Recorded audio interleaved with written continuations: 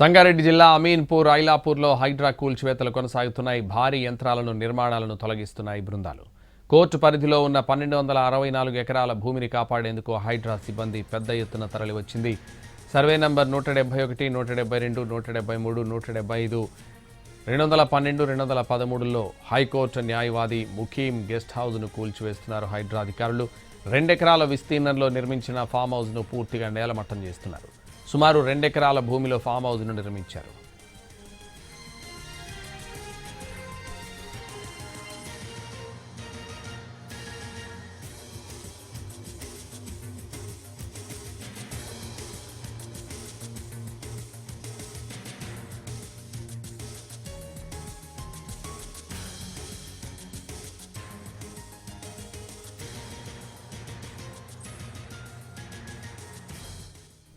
సంగారెడ్డి జిల్లా అమీన్పూర్, ఐలాపూర్లో హైడ్రా కూల్చివేతలు కొనసాగుతున్నాయి.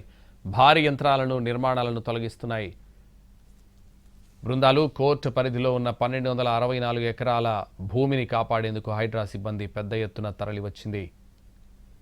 ఈ విషయానికి సంబంధించి మరింత సమాచారం మా ప్రతినిధి ప్రేమ్ లైవ్లో అందిస్తారు. ప్రేమ్.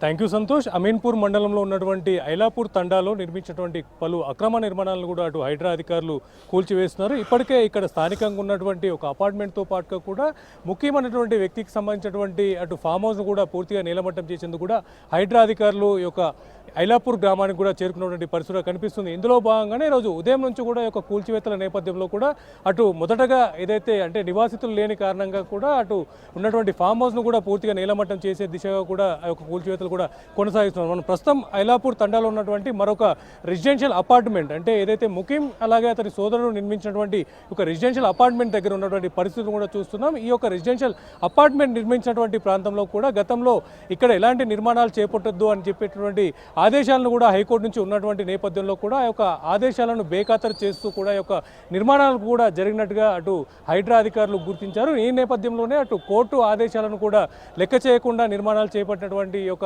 అపార్ట్మెంట్ కూడా పూర్తిగా తొలగించేందుకు అటు హైడ్రా అధికారులు కూడా సిద్ధమయ్యారు. ఇందులో భాగంగానే ఈరోజు ఉదయం నుంచి కూడా ఈ యొక్క అపార్ట్మెంట్లో ఉన్నటువంటి నివాసితులను కూడా ఖాళీ చేయాలని చెప్పినప్పటి నుంచి కూడా ఈ యొక్క కూల్చివేతల పర్వం కూడా ప్రారంభమైంది. ముఖ్యంగా సుమారుగా 500 నుంచి 700 గజాల విస్తీర్ణంలో విస్తరించి ఉన్నటువంటి ఈ యొక్క అపార్ట్మెంట్లో మొత్తం 42 నుంచి 43 ప్లాట్స్ కూడా ఉన్నట్టుగా కూడా తెలుస్తుంది. ఈ యొక్క ప్లాట్లలో నివసిస్తున్నటువంటి వారంతా కూడా అందరూ కూడా రెంటర్స్గానే తెలియజేసినటువంటి పరిస్థితి కనిపిస్తుంది. ఇందులో భాగంగానే ఇందులో ఉన్నటువంటి నివాసితులు కూడా పూర్తిగా ఖాళీ చేసేందుకు అవకాశం లేకపోవడంతో వారంతా కూడా కాస్త ఆందోళనకు గురైనటువంటి పరిస్థితి కూడా కనిపిస్తుంది. అటు మొదటగా ఖాళీ చేసేందుకు కాస్త సంసిద్ధం వ్యక్తం చేసినటువంటి ఈ యొక్క అపార్ట్మెంట్ వాసులంతా కూడా కింద ఏదైతే అపార్ట్మెంట్ చుట్టూ ఉన్నటువంటి ప్రహారీ గోడను అలాగే ఎలివేషన్కు ఉన్నటువంటి రేలింగ్ గోడను కూడా కూల్చివేయడంతో వారంతా కూడా ఖాళీ చేసేందుకు కూడా సిద్ధమయ్యారు. అందులో భాగంగానే కొద్ది సమయం మాకు కేటాయిస్తే మా ఇంట్లో ఉన్నటువంటి వస్తువులన్నింటినీ కూడా తీసుకెళ్లేటటువంటి అవకాశాన్ని మాకు కల్పించండి అని చెప్పి కోరడంతో కాస్త అటు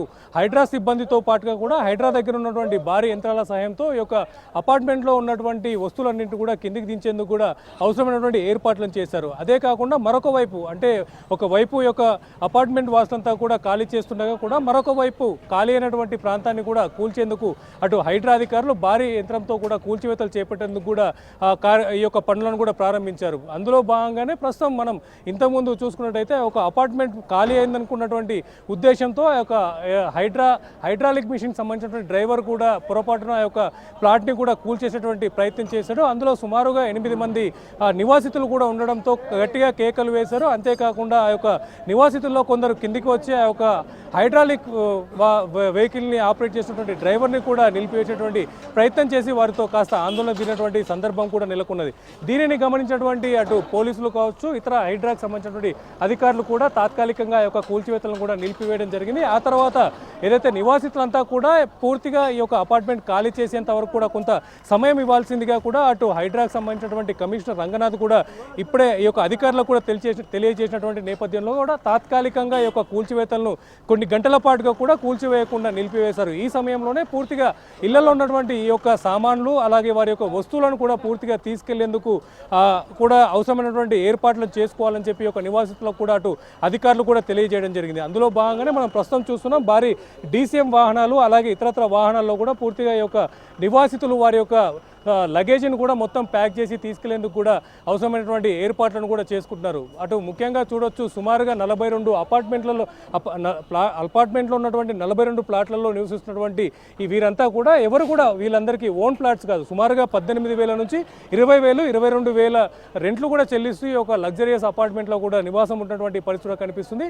వారికి గతంలో కూడా ఎప్పుడు అంటే ఇది ఒక అక్రమ స్థలంలో నిర్మాణం చేపట్టినట్టుగా గాను అలాగే ఈ యొక్క ప్రాంతం ఈ యొక్క అపార్ట్మెంట్ పైన స్టే ఉన్నట్టుగా కానీ ఒక అపార్ట్మెంట్ కూల్చివేశారనేటువంటి అంశాన్ని కూడా వారికి తెలియని చెప్పి వారు తెలియజేసినటువంటి పరిస్థితిలో కనిపిస్తుంది. ఉన్న పలంగా ఈ యొక్క అపార్ట్మెంట్ను ఖాళీ చేయమనడంతో ఏం చేయాలో తోచని పరిస్థితిలో ఉన్నామని చెప్పి తెలియజేసినటువంటి పరిస్థితిలో కనిపిస్తుంది. వారితో కూడా మాట్లాడేటువంటి ప్రయత్నం చేద్దాం. సార్ చెప్పండి, అంటే ఎన్ని సంవత్సరాలుగా మీరు ఈ యొక్క అపార్ట్మెంట్లో నివాసం ఉంటున్నారు, ఏంటి ఇప్పుడు మీ పరిస్థితి? 3 years నుంచి ఉంటున్నాం సార్. మాకు ఇన్ఫర్మేషన్ లేదు, ఏం లేదు. సడన్గా పొద్దున వచ్చి ఖాళీ చేయని చెప్పారు. మేము 5th floorలో ఉంటాం, 504లో ఉంటాం. ఎట్లా దిగాలి, ఎప్పుడు దిగాలి, టైం లేదు, ఏం లేదు, మేము ఏం చేయాలి చెప్పండి. ఓనర్ కూడా మాకు ఇన్ఫర్మేషన్ ఇవ్వలేదు. ఓనర్కి ఆల్రెడీ ఇన్ఫర్మేషన్ 2 నెలల నుంచి ఇచ్చారంట, 2 weeks బ్యాక్ ఇచ్చారంట. వాడేమో చెప్పలేకుండా నైట్ వేకౌట్ చేసి వెళ్ళిపోయాడు. పొద్దున్న వచ్చి మాకు తంటం పడుతున్నాయి. అంటే సుమారుగా చెప్పండి, అంటే ఇక్కడ ఈ యొక్క లగ్జరీస్ అపార్ట్మెంట్గా కూడా కనిపిస్తుంది, ఫుల్లీ ఫర్నిచర్డ్గా ఉంది.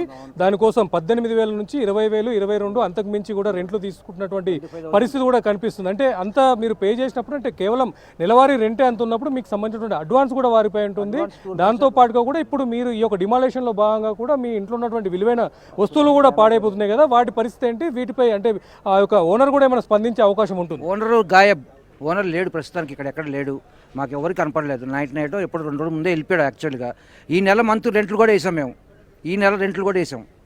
ఇంకా మేము ఏం చెప్పాలి మాకు ఏం అర్థం కాలేదు. పొద్దున వచ్చి ఖాళీ చేయమంటే అందరూ పరిగెత్తుకుంటూ వచ్చాం. ఆగమాగం ముందంతా. సరే, చివరిగా చెప్పండి, ఎటకేలకు డిమాలేషన్ కారణంగా కూడా వేకేట్ చేయడానికి సిద్ధమయ్యారు. ఇప్పుడు మీ లగేజ్ అంతా తీసుకొని ఎక్కడికి వెళ్ళేటువంటి పరిస్థితి ఉంది? ఎక్కడైనా వేరే షెల్టర్ చూసుకున్నారు? ప్రస్తుతానికి ఏదైనా షెల్టర్ ఖాళీ తీసుకుని దాంట్లో వేసేసుకుని ఇల్లు కాలు చూసుకుని దాని మీద తర్వాత మా అత్త వాళ్ళ ఇంటికి అమ్మ వాళ్ళ ఇంటికి వెళ్ళి అక్కడ కూర్చుని ఉంటాం. కొన్ని రోజులు చూసుకుని తర్వాత ఇల్లు సెట్ చేసుకుని వెళ్తాం. Thank you. అటు ముఖ్యంగా ఏదైతే మొదటగా అంటే గత 2 నెలలుగా కూడా అటు హైడ్రాకి సంబంధించినటువంటి అధికారులు కావచ్చు ఈ యొక్క ఏదైతే అక్రమ నిర్మాణాన్ని కూల్చివేస్తామని చెప్పి అటు ఇప్పటికే పలుసార్లు ఇంటిమేషన్ చేశారు. అయినప్పటికీ కూడా ఓనర్ మాకు ఎలాంటి సమాచారం ఇవ్వకపోవడంతోనే ఈ యొక్క అపార్ట్మెంట్లో కంటిన్యూగా నివసిస్తున్నాం. దాంతో పాటుగా కూడా నిన్న 10వ తారీఖు అవడంతో ఇప్పటికే ఈ నెలకు సంబంధించినటువంటి రెంట్ను కూడా పూర్తిగా పే చేశాము. దాంతో పాటుగా కూడా లగ్జరియస్ అపార్ట్మెంట్ కాబట్టి సుమారుగా 25,000 వరకు కూడా ఇందులో రెంట్ పే చేస్తూ దానికి తగ్గట్టుగా కూడా అడ్వాన్సులు కూడా పే చేశాం.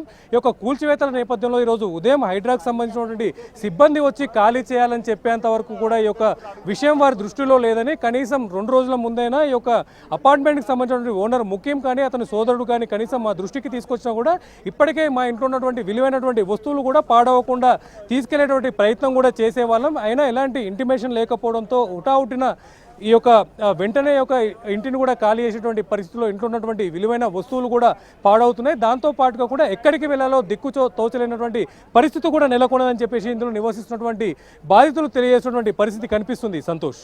Right, thank you Prem.